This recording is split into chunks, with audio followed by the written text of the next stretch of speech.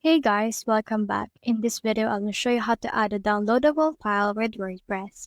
Let's get started. So in order to do that, you need to open your blog editor on your page. So I have in here this page open, and then I can actually head over and then add in your downloadable file.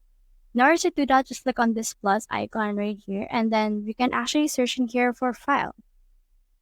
So you have in here this file, or you can also choose in here a PDF embedder. So on some cases that you will actually add a downloadable PDF, you can add this one.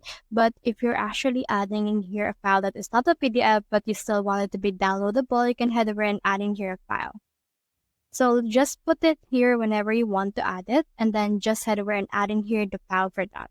So I'll head over and upload the file for this. And then I'll try to use this file that I have, which is .csv or slxs for that, and open it.